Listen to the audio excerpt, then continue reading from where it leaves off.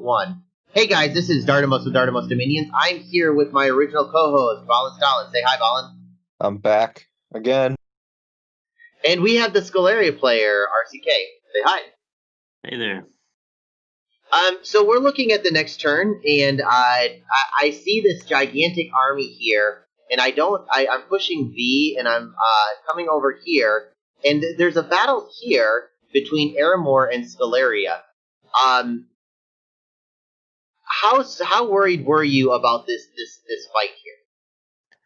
See, I assumed they were gonna like teleport something in or cloud trapeze something special in, but I wasn't too worried seeing how much he wrought and how few lictors he had. Oh jeez. Hello. The best part about this is you can vanish because your priests are human. He can't vanish because his priests are undead. Oh, they're flying. That's the problem. I was like, "Where'd your skeletons go?" Oh, there they are. Only cast rain and something else too, I think. But I think maybe bark skin. So at this point, you added Fog Warriors. Yeah, that's right. Jesus Oh, Christ, man! And rigor mortis too. Yeah, that's you threw rigor mortis. That's the nation that's immune to it. That's true, but I figured I threw it down just in case in my scripting.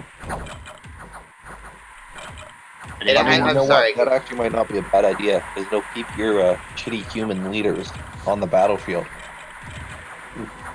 This battle actually goes quite a bit. I'm kind of impressed. Yeah, lictors are a pain to kill with skeletons. Wait, did you? Oh, you took some lictors. Oh, so you came out ahead on this battle. That's nice. Yeah. Okay, so you weren't too worried about this one. How worried were you about this fight? I was definitely worried I was going to lose this throne right here.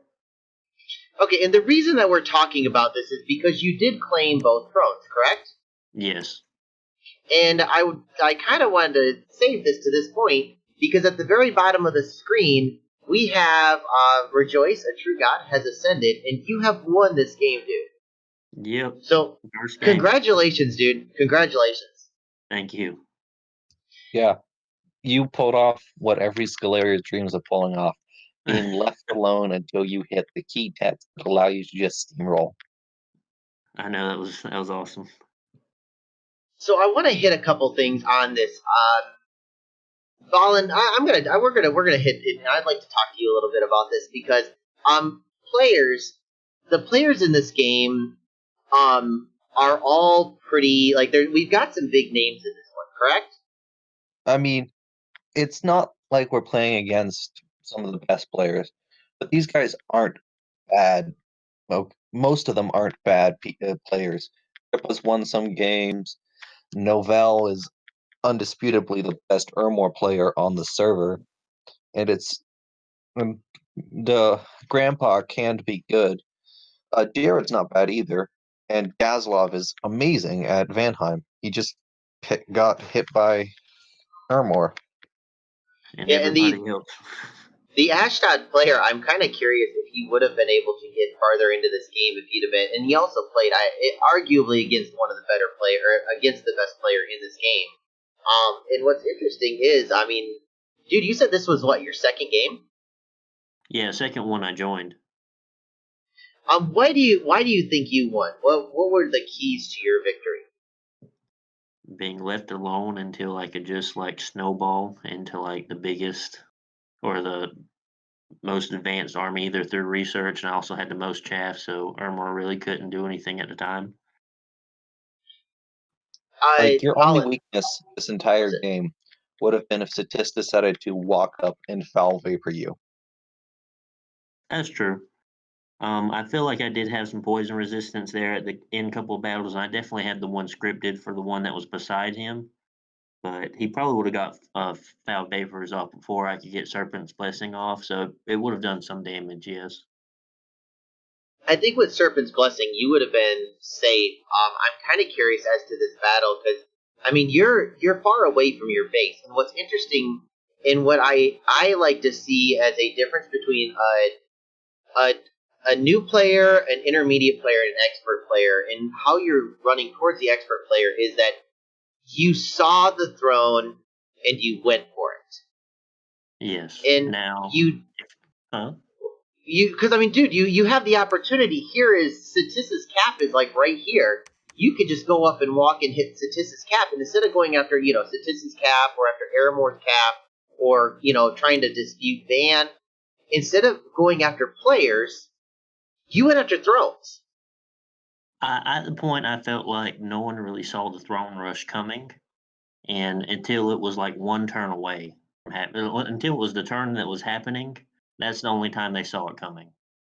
So, like, I could have took Satis out pretty easily if I focused down both of my armies on him after I finished up Ohm, because at that point he wouldn't have been able to hold me back on both sides, because I would have been attacking probably from three sides of his nation. Um, and I could have went for Ermor as well, but it really didn't benefit me much since his lands are dead already. At that point, I really would have just been going for Death Gems. And if you notice, in the 3 turns before that, while I was sitting not at the one Satis took beside the throne, but the one before that, I built a laboratory and I filled my guys up with gems. And I was like, all right, I don't know how many battles this is going to take, but I'm going to walk those 2 little provinces and go to that throne. And it just so happened that I guess Satis also built a laboratory on that throne. So once I got there, I could just stack up again on gems or items or whatever I needed. So that one really worked out well. And Yeah, what's interesting is he's cut this army off and he's surrounded it, and you're staying here anyways. Like, it just for your second game. I mean, that just my hat's off to you that you kept the goal in mind. Yeah. yeah. The fact that you decided to double down and go for the thrones instead of pulling back since you were cut off shows that you knew what you were going to be up against and that you felt like 2,500 skeletons plus maid support would beat that. Yeah, that army right there was definitely my most well equipped army because I probably had over 30 mages. Between all of the I think I had every magic path maybe except for Earth because I don't think I got a random on the Golden Adept guys from that first throne that I took. But other than that, I was like, if I'm gonna go ahead and go for it because if not, I mean, I'll be fighting everybody anyway. Now, let's say theoretically you lost this fight here. What would your next move have been? I would have started the reform up at the not my cap, but the 1-2 paces away, probably where the barbarians or the throne's at, and I would have started pushing again. Okay, and who would you have pushed against? Uh at this point, I don't think Ermor in the game. He was still didn't want to war with me. Satis did, so I would have went after Satis. Yeah, I don't think Grippa would have been able to stop that army twice. I think the fact of 2,400 mass flight skeletons, no matter if he got foul beavers off, would have crippled his mage core. I don't think we ever talked to Jared, who is the pan player. We never got him in here. I could tell you most of the time what was going on with him. So I wish I didn't even think about it. Like, for some reason, and I would like to have known what he was thinking here, because what the crap is this? That's probably a mirror. Okay, why? But why? Yeah. Because he's balls deep in Marignan still, and he attacked Ermor. Oh, Airmore just came up that's and true. did a full attack on him. Yeah. Oh my So goodness. remember, Jared ended his nap with Ermor, and then Grandpa, who's Marignan, ended his nap with Jared. So Yeah. Jared decided to punish the player rather than try to talk his way out of it. Oh my goodness. So it's like that's one thing is we didn't even get all the yeah, I should have gotten Jared in on this, and I feel really bad because we kind of beat up on him and he never took Marignan. That's right. I think he has it cracked this turn. He might have, and because the game's over, it might have brought the fort back up. I'm not exactly sure. It wouldn't tell us if he had it cracked. Okay. But yeah, it just I think that from the analysis of this, I see RCK. You had by far the worst starting location, in my opinion. Wouldn't you agree? Yeah, I remember watching that first video and you guys just laughing at it. I'm like, dang. Yeah, I'm gonna be honest.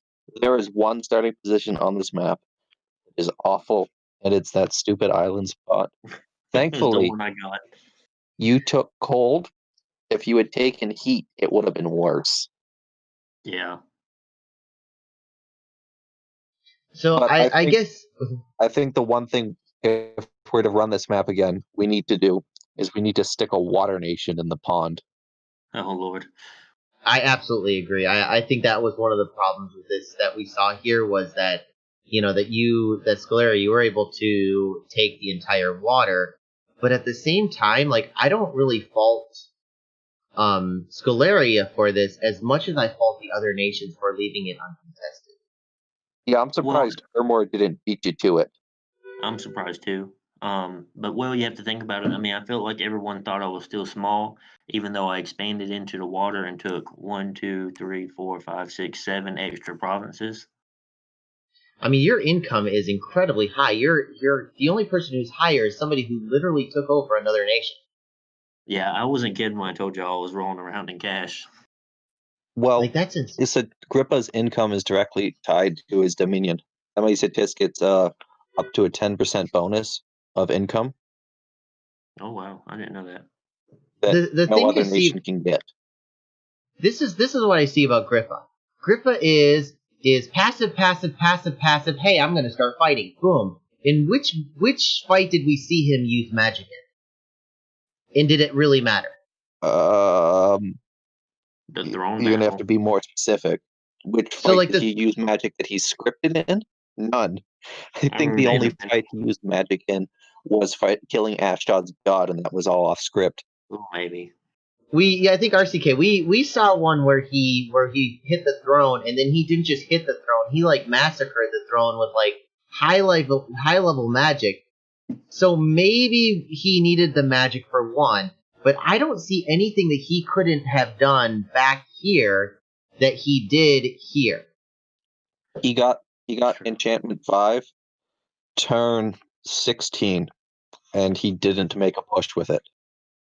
Now, what I was really surprised about when I think I was sitting in on the last one, the last videos y'all made, was when Grippa separated his mages from his army when they were moving. I was really surprised about that. And that's one of the things that I like to look at is the progression of players from new players, intermediate, and then the higher end players. And so many players out there have got their one or two things. I play League of Legends, and I'm not a very good player. And you get some of these amazing players that are at my level, and I'm an older guy that my reflexes aren't there as much. But these amazing players are still at that lower level, and I think that we've got a lot of people in Dominions that are just like that. That they only need to change one or two things. And I think you hit Griffa. Griffa separated his mages and his chaff, and he also just wasn't aggressive enough. And I think that Griffa had the ability. Balin, what do you think? Do you think Griffa had the ability to win this game? I mean, if he had acted sooner, if he had, sorry, something cut out. If No, he you're. had moved on Vanheim faster and had also moved into Vulture some of Marignon, I feel like he could have got big enough, fast enough to be a real threat. Like, look at that big stack right next to right next to the Throne of Death. Okay, so this one right here. Oh, well, I don't think we told the viewers that the only reason he didn't attack was because he was waiting on his mages or his god in particular. I can't remember which one. He was waiting on Both. some troops. Yeah. He was afraid he didn't have a big enough front line. He said. Well, we saw last turn that his mages were down here. And this, I didn't even know. This is a road. So he was able to road up this turn all of his mages. He's got all of his Marshmasters here. He's got everything ready for the attack, and he doesn't take the attack. Now, granted, we don't know how that fight could have panned out, and he could have been able to actually have gone in, and he would have lost anyways. But I mean, gosh, You gotta you wish he try. would have. Yeah, exactly. But he's Bala. also playing a nation that doesn't natively get scouts. So I can understand him not seeing, oh shit, RCK's about to win, as opposed to that bastard just stole my throne of death. Uh, Do you think that there were any other players that had a chance to win and didn't? Gazlov did until Novell hit him when he was out of position. Do you think that he ever had a chance to actually win this game, though? Had he managed to beat Novell back and beat him into submission early on with some fire elementals, yes. But that would have required him changing his tech path completely. I never saw a point where Gazlov could have won this, just simply because the winds of diplomacy blew against him. I feel We that get way rid too. of I Hope feel and like he was Diplo, very behind. Gazlov would have put up more of a fight. I think you're right. I think with diplomacy, he lost his chance by diplomacy.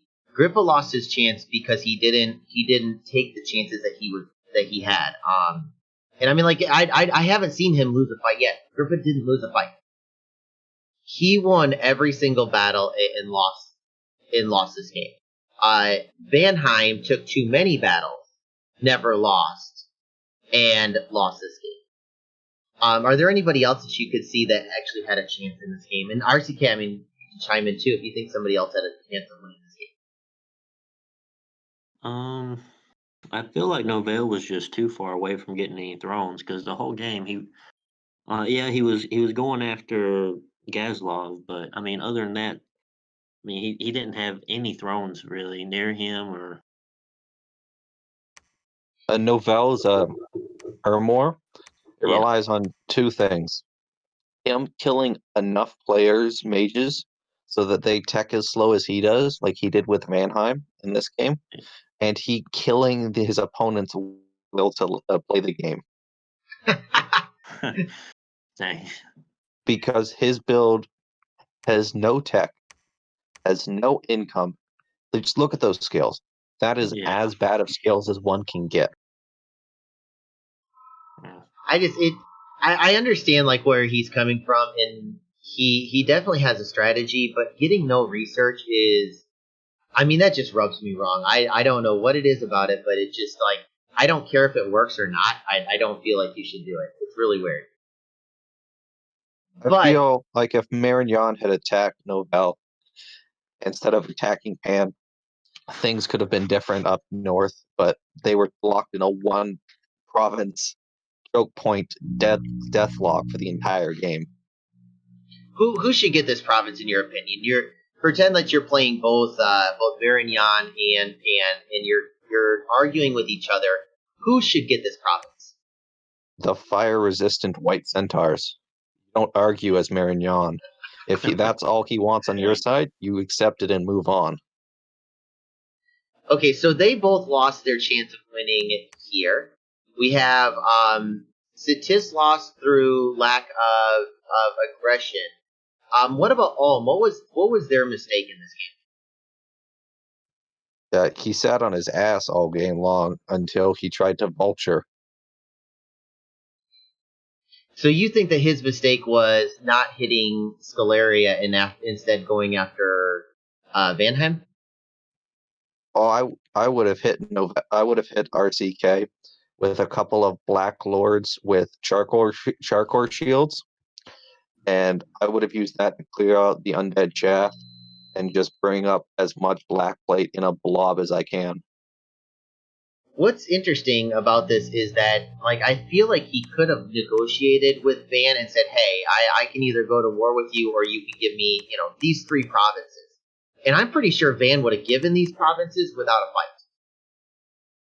And instead he's like, no, I'm going to go try to steal Van's capital from the Airmore player. And even if you win, you're not going to win. You're Tarzaning into your next fight. You're going from one rope, and you know what the next rope is going to be. And I don't know if you can plan wars that far ahead. No, you can't. Most people play one turn ahead. Some of the better players will be like, oh, if I do this, they'll do that, X, Y, Z, and get a couple turns ahead. But newer players see, oh, I want that, do that, and be like, oh, that didn't work out. Okay, so we hit Ulm's attack the moment that he attacked Vanheim and that he allowed Sceleria to get big. That was the end of his game. Are we missing anybody else? Oh, Eric, what did we say Aramore's problem was? Why did Aramore lose this game? Well, you see that lake? Not the big lake, the 3-province lake. Okay, He could this have one. opened up another front on Vanheim, but instead he chose to walk his skeletons around down that road every single time, giving Dazlov time to regroup, get a couple of mages back, and then fight him again. So you think that the speed of the battle, if he would have finished off Gazlov quicker, he would have been better off. He'd finished Gazlov off quicker, he would have attacked somebody else and hopefully gotten something. But look at he could have also secured this all throne. you see are lifters and long dead. You don't see any mages. Yeah. Like what's interesting is, I mean, we're looking at the end, and we've got a throne way the heck over here, one here, and then one here. So I like these two. I completely understand because it's a successful war versus all. You deserve this one. This one's in your cap circle. You deserve this one. But how the crap do you ever deserve this one right here? I mean, you can't even tell which direction you came from. It's literally on the other side of the world from your cap. He followed the Alm path into Vanheim. I did.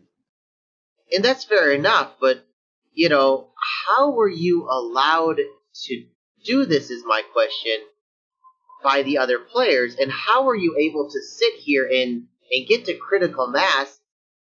Whose fault is that, Valen? Who allowed Sceleria to be able to follow the textbook? Yep. Well, nobody really allowed him to do it. He took advantage of the fact that Vanheim got into a turn 11. Oh, I think that's too late. A turn 10 war with Ashdod, and that Alm just didn't kick him back over when he had the chance. Like, there's nothing, no offense, RCK, that you would have been able to do to beat a whole bunch of black plate infantry early. I remember that. Do you remember when he took this province? He took this province, and he could have cut Sceleria off completely by taking giving this up Province 69 was a mistake. Yeah. Oh, that's right. He didn't even take it as well.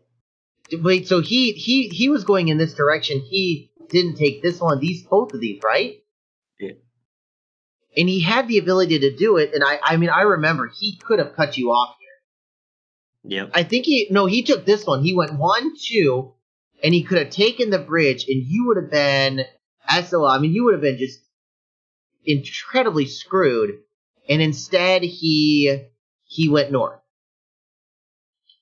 I mean, maybe scouts. Maybe he didn't realize this, but I mean, looking at this map, if I was in this position ever again, I would beeline for these two provinces. Do you think that it was exclusively Alm's, I don't want to say fault, but do you think that Alm was the key player here in allowing Sceleria to be able to follow the Sceleria technique and not actually attacking him? Once I did take Ulm out and I did take 4 citadels, that definitely helped out me making cultists and thaumaturgs to refill my armies after the battles, which I don't think I took many losses at all. I think throughout that whole battle with Ulm, I lost 1 grand thaumaturg, which I had twice born already, and I don't think I lost any thaumaturgs other than that in the whole game. I really like how clean this game was by you. This was absolutely gorgeous, dude. And I like being able to see a Sceleria do this so well was just, I mean, it was. I'm very happy this was our first game, and I'm very happy that we learned through. I mean, as you guys were learning and being watched, we our style of making these episodes has changed. And just being able to see this has been really kind of. It was an awesome game to watch. Do you have any last comments for us, Colin? Other than the fact that once RCK moved out, I knew the end was nigh, but it was an amazing experience to watch. Thanks for showing it to us. Yeah, Well, it was really fun. RCK, I want to thank you for joining us for this last episode, and congratulations again on your victory. Yeah, I had a really good time. This was my first one ever, so I guess I'm a little biased to say this is my favorite game I played so far, but it's been fun. Balin, thank you. I think it was your idea to actually. I was just going to watch the game myself and just keep an omniscience, but I think it was your idea to actually get this thing on YouTube and make videos. So thank you for that. I mean, I'm going to be honest, I didn't take these recording sessions seriously, but it was no worries, man. And I'd like to thank the co-hosts that are not with us. Just we've had some really cool guys that just came in, and it's been one of the cool things. I'm not sure about you, Valin, but just being able to. You and I have been around for a while, but I've never actually heard a lot of these guys' voices before, and that's been really cool. So, yeah, thanks to the co-hosts that have joined us, and thanks for the people that are listening in. If viewership went down really low, I would not be lying that my motivation would have gone down too. The comments have been wonderful. The fact that we've had players that or people that watch, they message me and like, hey, when are you going to record so I can listen? And we brought in a couple people to be co-hosts, and there's people have been giving comments. I think I messaged you a couple times, Valin, that just passing on some of those comments that we've gotten through Discord. So yeah, thank you for listening in. Thank you to my co-host. Thank you RCK for being my winner, and thank you Balin for being the original co-host. I will see you guys. Oh, there's another game. Balin, you want to go into that? Yeah. So in light of the fact that this game was really fun to host, Dardamos and I are going to observe another game. This time, we're going to have some. No offense, RCK, some higher, more skilled players, and we're going to You say that, watch. but I'm in that game too, so. Okay, well then I take that back. You're still in that game. Watch them rip each other apart Yeah. with playing some of them playing their best nations, and it's going to be a treat to watch. I have started some of the interviews on that, and let me just tell you, the interviews have been amazing. Like being able to go through what the thought process has been, and there have been some unusual builds. There have been some different line of thinking, but one thing's consistent is that every single build has gotten their reasonings.